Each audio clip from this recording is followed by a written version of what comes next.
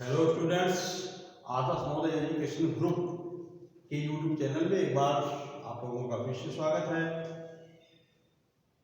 कल के वीडियो में हमने आप लोगों को ब्लड सेल के बारे में हमने आपको बताया था, ब्लड का कंपोजिशन हमने आपको बताया था। फिर हम ब्लड सेल के बारे में स्टडी कर रहे थे, हमने आपको बताया था हमारे ब्लड में 3 प्रकार के ब्लड सेल पाए जाते हैं, आरबीसी, डब्ल्यूबीसी और प्लेटलेट। आरबीसी के बारे में हमने बता दिया था आपको, आज हम डब्ल्यूबीसी के बारे में आपको बता रहे हैं। डब्ल्यूबीसी श्वेत रक्त कणिकाएं।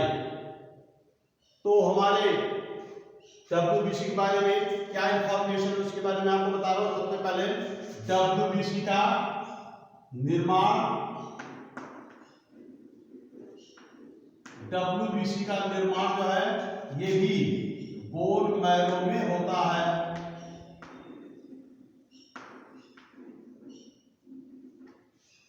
अस्थिमज्जा में होता है। इसका जीवन काल, लाइफ स्पेन, इनका जीवन काल जो है ये लगभग 5 से 7 दिन या इससे अधिक होता है। डब्ल्यूबीसी की संरचना क्या होती है इनकी, इसके बारे में स्ट्रक्चर क्या है। डब्ल्यूबीसी ये जो है उभयोत्तल संरचना होती है, केंद्रक युक्त होती है और कलरलेस होती है, यानी रंगहीन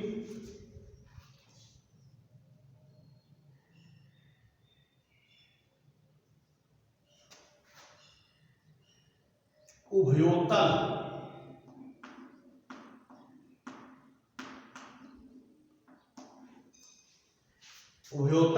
रंगहीन होती है, केंद्रक युक्त होती है, केंद्रक युक्त होती है। अगला क्या है इनके बारे में, डब्ल्यूबीसी जो है इनका मात्रा कितनी होती है ब्लड में, तो यानी 1 घन मिलीमीटर ब्लड में डब्ल्यूबीसी लगभग 7000 प्रति घन मिलीमीटर,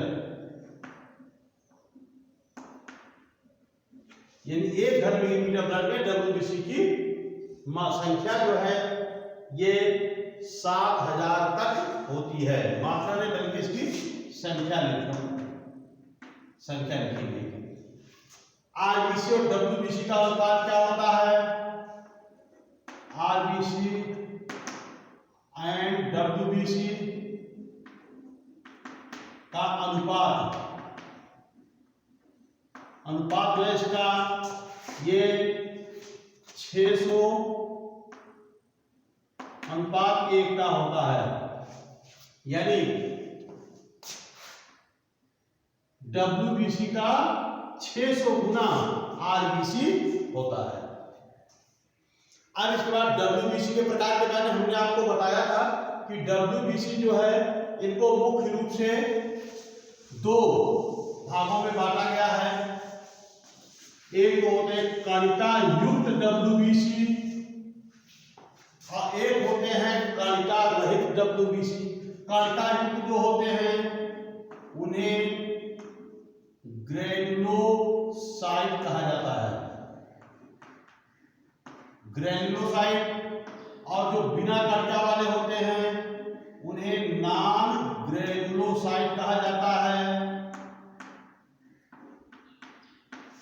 ग्रेनुलोसाइट 3 प्रकार के कणिका युक्त डब्ल्यूबीसी जो है ये 3 प्रकार के होते हैं। एक तो है न्यूट्रोफिल,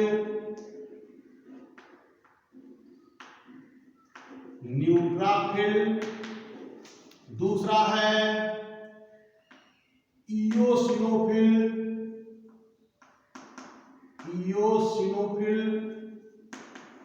तीसरा है बैसोफिल।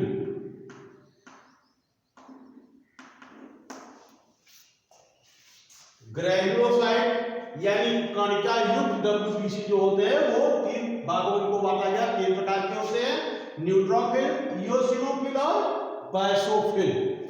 तो और नॉन ग्रेनुलोसाइट जो है ये 2 प्रकार के होते हैं।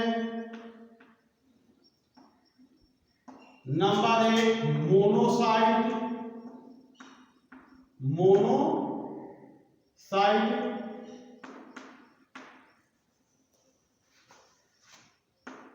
और दूसरा है लिम्फोसाइट। मोनोसाइट और लिम्फोसाइट 2 प्रकार के होते हैं। नॉन यानी कणिका युक्त डब्ल्यूबीसी 3 प्रकार के, कणिका रहित डब्ल्यूबीसी 2 प्रकार के होते हैं। अब इनके बारे में अलग अलग हम स्टडी करेंगे। तो सबसे पहले न्यूट्रोफिल के बारे में देखें। न्यूट्रोफिल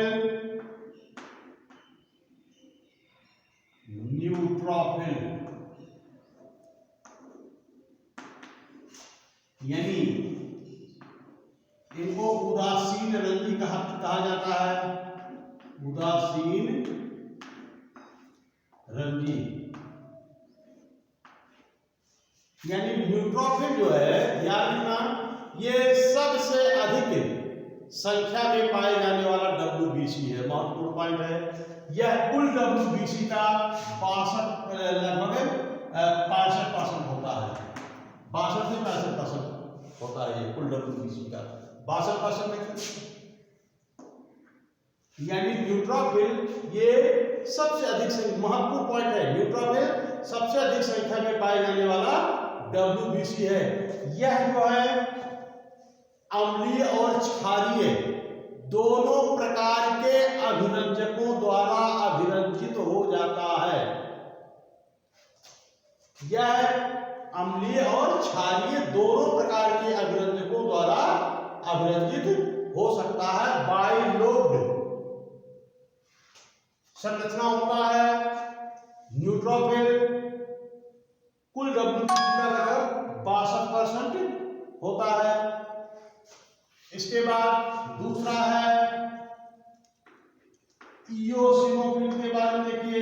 इओसिनोफिल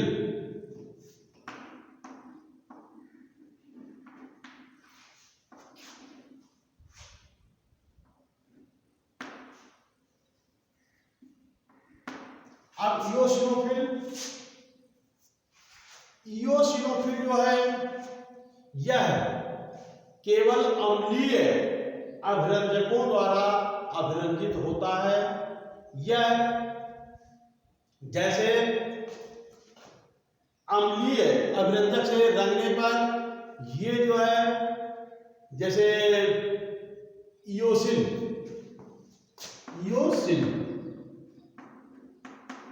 अगर इओसिन से इसको रंजित किया जाए तो यह जो है लाल रंग के हो जाता है। लाल रंग से, यानी इओसिन भी रेड कलर का ही होता है, इससे हम इसको अभिरंजित करेंगे तो लाल रंग का हो जाता है। ये अम्लीय अभिरंजक से ही अभिरंजित होता है। यह कुल डब्ल्यूबीसी का लगभग 5% पाया जाता है। इओसिनोफिल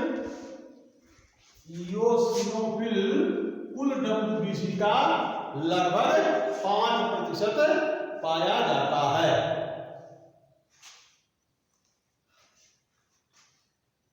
5% में 2.5% है। इओसिनोफिल ये कुल डब्ल्यूबीसी का 2.5% लगभग पाया जाता है। तीसरा है बैसोफिल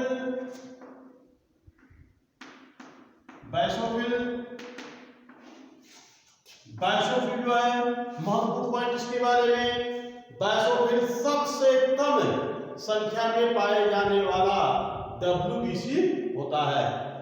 बैसोफिल जो है ये कुल डब्ल्यूबीसी का 0.5% पाया जाता है।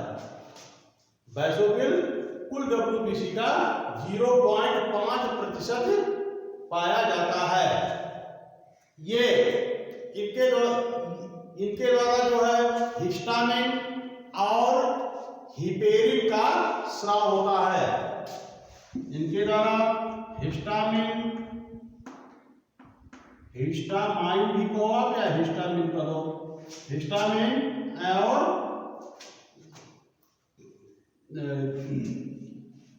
वैसोफिल के द्वारा हिस्टामिन और हिपेरिन का स्राव होता है। हिपेरिन,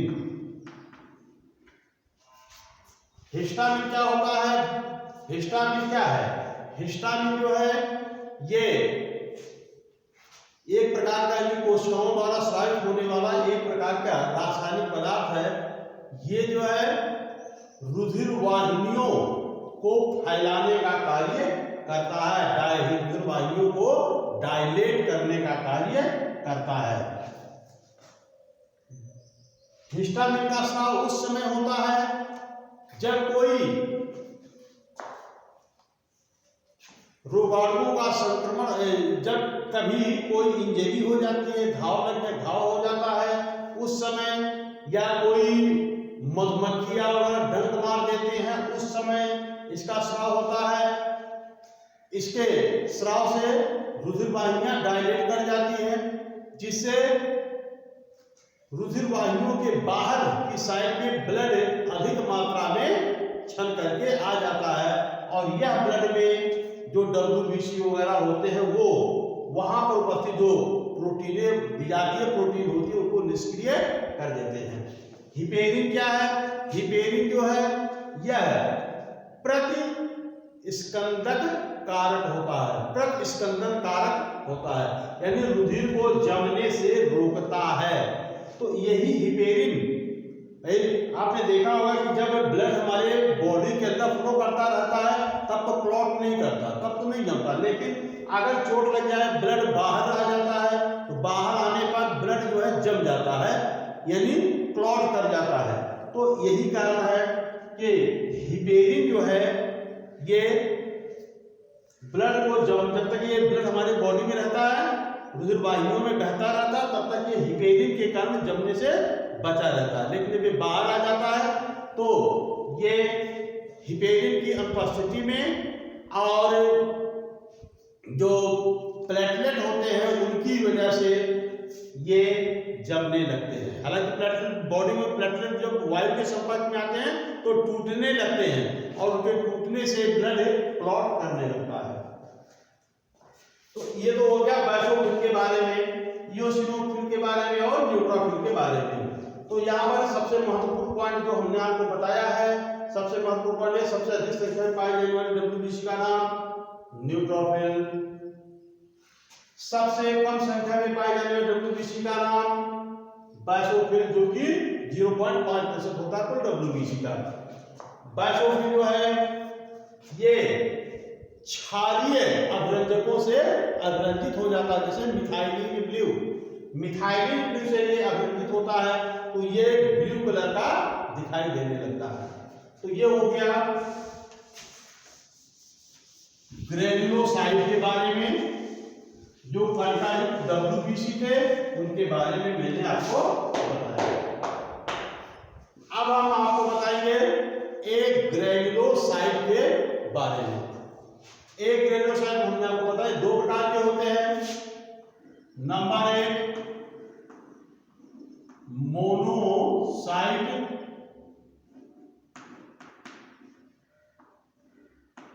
और नंबर 2 लिम्फोसाइट। मोनोसाइट क्या होते हैं भाई?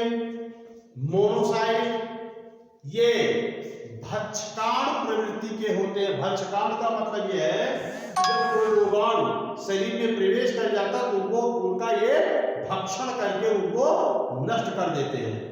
तो मोनोसाइट ये भक्षकाण प्रवृत्ति का होता है और ये कुल WBC का लगभग 5% होता है। इसका मोनोसाइट का जो आकार है ये 12 से 15 माइक्रोमीटर इनका आकार होता है। मोनोसाइट रुधिर वाहिनियों से निकल करके उत्तकों के मध्य आ जाते हैं। तो जब ये मोनोसाइट उत्तकों के मध्य आ जाते हैं तो इनका आकार और अधिक बढ़ जाता है और लगभग 80 माइक्रोन हो जाता है इनका आकार। तब इन्हें जो है मैक्रोफेज कहा जाता है। मैक्रोफेज कह दिया जाता है। यानी कि मैक्रोफेज क्या है? जब मोनोसाइट रुधिर वाहिनियों से बाहर निकल करके उत्तकों के बीच आ जाता है तो इसका आकार जो है बड़ा हो जाता है, लगभग 80 माइक्रोन का हो जाता है। तब इसे मैक्रोफेज कहते हैं, या हिंदी में बृहद भक्षकाणु इनको कहा जाता है। बृहद भक्षकाणु।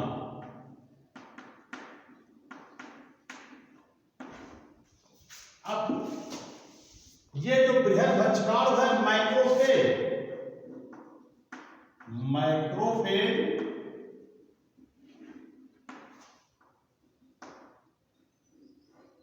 मैक्रोफेज ये जो है न्यूट्रोफिल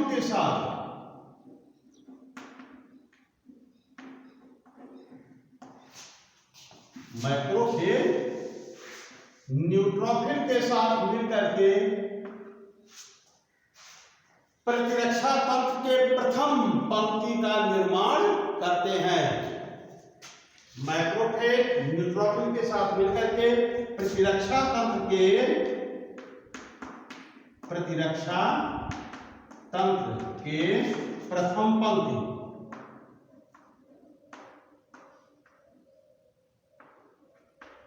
पंक्ति का निर्माण करते हैं। इसके बाद अगला है लिम्फोसाइट। दूसरा है लिम्फोसाइट।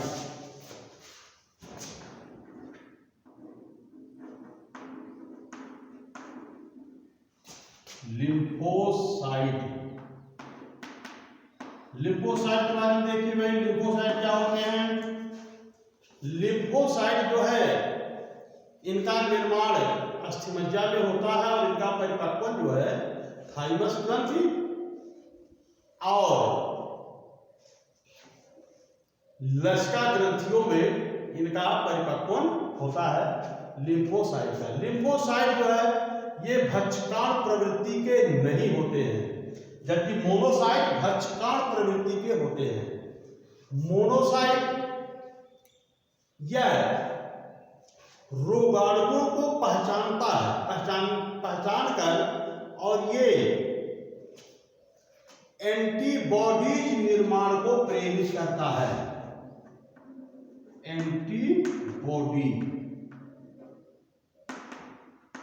एंटीबॉडी निर्माण को प्रेरित करता है और यह एंटीबॉडी जो है यह रोगाणुओं को मारने का काम ये करता है। यानी कि लिम्फोसाइट जो है ये रोगाणुओं को पहचानने के बाद यह एंटीबॉडीज का निर्माण करने के लिए प्रेरित करता है।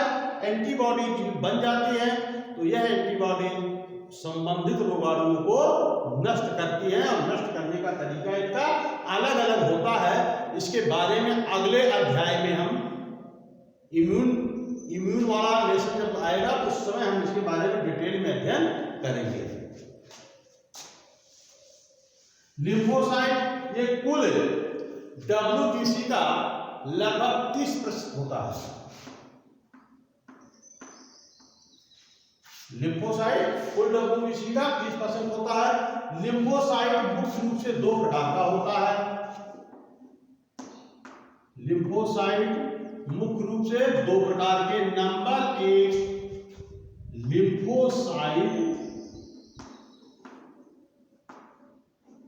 लिम्फोसाइट T और दूसरा है लिम्फोसाइट B।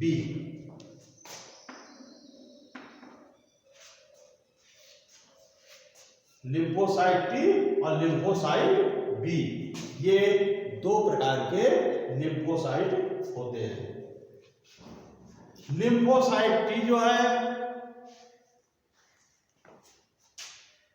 इनका देखिए टी माने थाइमस, टी नाम क्यों पड़ा, तो देखिए बनने के तो ये दोनों बनते हैं, लिम्फोसाइट टी और लिम्फोसाइट बी, इन दोनों का निर्माण जो है बोन मैरो में होता है, बोन मैरो में होता है।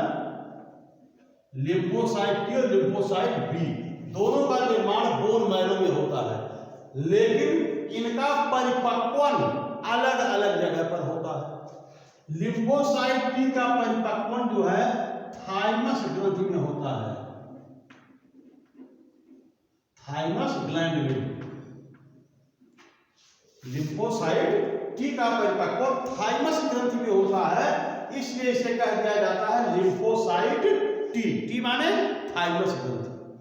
और लिम्फोसाइट बी, लिम्फोसाइट बी का परिपक्वन और निर्माण दोनों बोन मैरो में ही होता है, इसलिए इसे लिम्फोसाइट बी, बी माने बोन मैरो।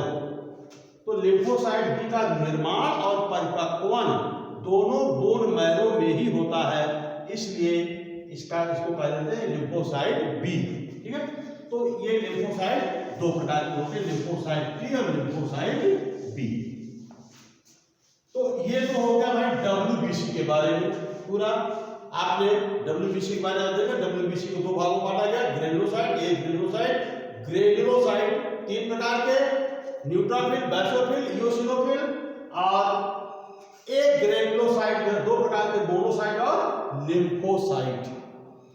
अब हम आपको ब्लड सेल में बता रहे थे भाई, हमारी जो ब्लड सेल होते हैं आरबीसी, डब्ल्यूबीसी, और तीसरा है प्लेटलेट।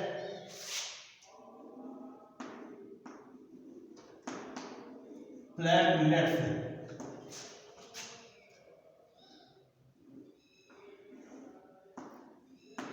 प्लेटलेट यानी रुधिर पट्टिकाण। तो रुधिर पट्टिकाण जो है इनका भी निर्माण बोन मैरो में होता है। रुधिर पट्टिकाणुओं की संख्या जो है ये लगभग 2.5 लाख से 3 लाख प्रति घन मिलीमीटर ब्लड, यानी 1 घन मिलीमीटर ब्लड में प्लेटलेट की संख्या जो है ये 2.5 लाख से 3 लाख तक होता है। प्लेटलेट मुख्य रूप से काम क्या करते हैं, ये रुधिर स्कंदन में सहायक होते हैं, ब्लड क्लॉटिंग में सहायक होते हैं। कैसे सहायक होते हैं इसके बारे में डिटेल अध्ययन हम आगे की टॉपिक में करेंगे कि ब्लड क्लॉटिंग की मैकेनिज्म क्या होती है, किस प्रकार से रुधिर जमता है, उसमें प्लेटलेट की क्या भूमिका होती है, इसके बारे में आगे के टॉपिक में हम अध्ययन करेंगे। तो प्लेटलेट की संख्या 2.5 लाख से 3 लाख तक घन मिलीमीटर ब्लड होता है, और ये मुख्य रूप से इनका जो काम है ये रुधिर को क्लॉट करने में सहायक होते हैं। तो ये तो हो गया भाई ब्लड के बारे में। हमने आपको बताया रुधिर की संरचना हमने आपको बता दिया, रुधिर का कंपोनेंट यानी कंपोजिशन हमने आपको बता दिया। अब इसके बाद रुधिर का कार्य हम आपको बताएंगे, फंक्शन ऑफ ब्लड।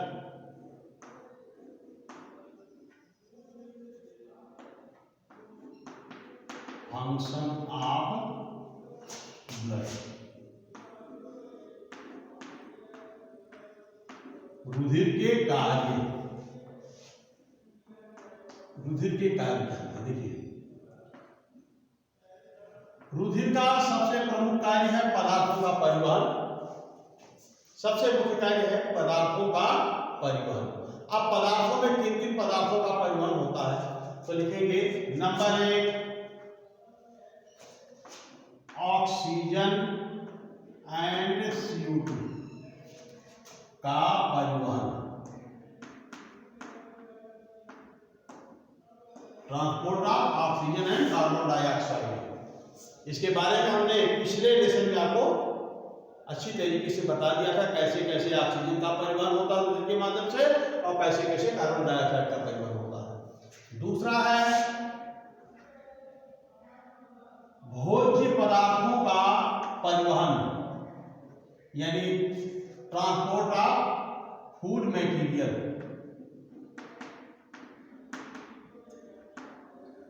भोज्य पदार्थों का परिवहन, हम जो भी भोज्य पदार्थ ग्रहण करते हैं, भोज्य पदार्थों का में जैसे कार्बोहाइड्रेट, वसा, प्रोटीन, इनका जो है हमारे आहार नाल के विभिन्न भागों में पाचन हो जाता है। पचने के बाद ये ब्लड में पहुंचते हैं और ब्लड के माध्यम से ये शरीर के विभिन्न कोशिकाओं तक पहुंच जाते हैं और कोशिकाएं जो है इनको यूटिलाइज करती है। तीसरा ट्रांसपोर्ट ऑफ एक्सक्रीटरी प्रोडक्ट, यानी कि उत्सर्जी पदार्थों का परिवहन। उत्सर्जी पदार्थों का परिवहन,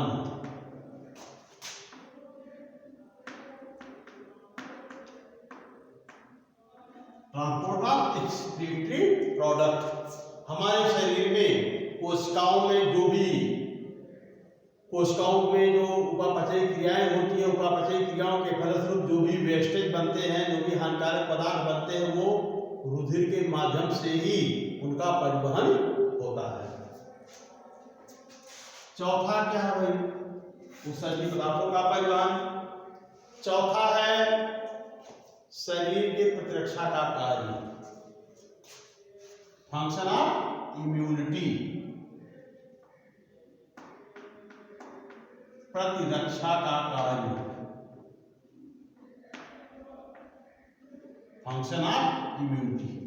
यानी जैसे अभी हमने आपको बताया था भाई हमारे ब्लड में WBC पाए जाते हैं जो कि शरीर में प्रतिरक्षा का कार्य करते हैं, रोगाणुओं से शरीर की सुरक्षा प्रदान करते हैं, एक प्रतिरक्षा का कार्य। पांचवा शरीर के ताप को निश्चित बनाए रखना,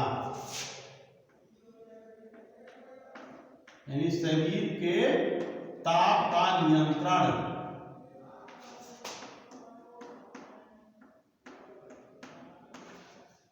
शरीर के ताप का नियंत्रण, regulation of body temperature, regulation of body temperature. तो चौथा क्या है? हार्मोनों का परिवहन, ट्रांसपोर्ट ऑफ हार्मोन्स,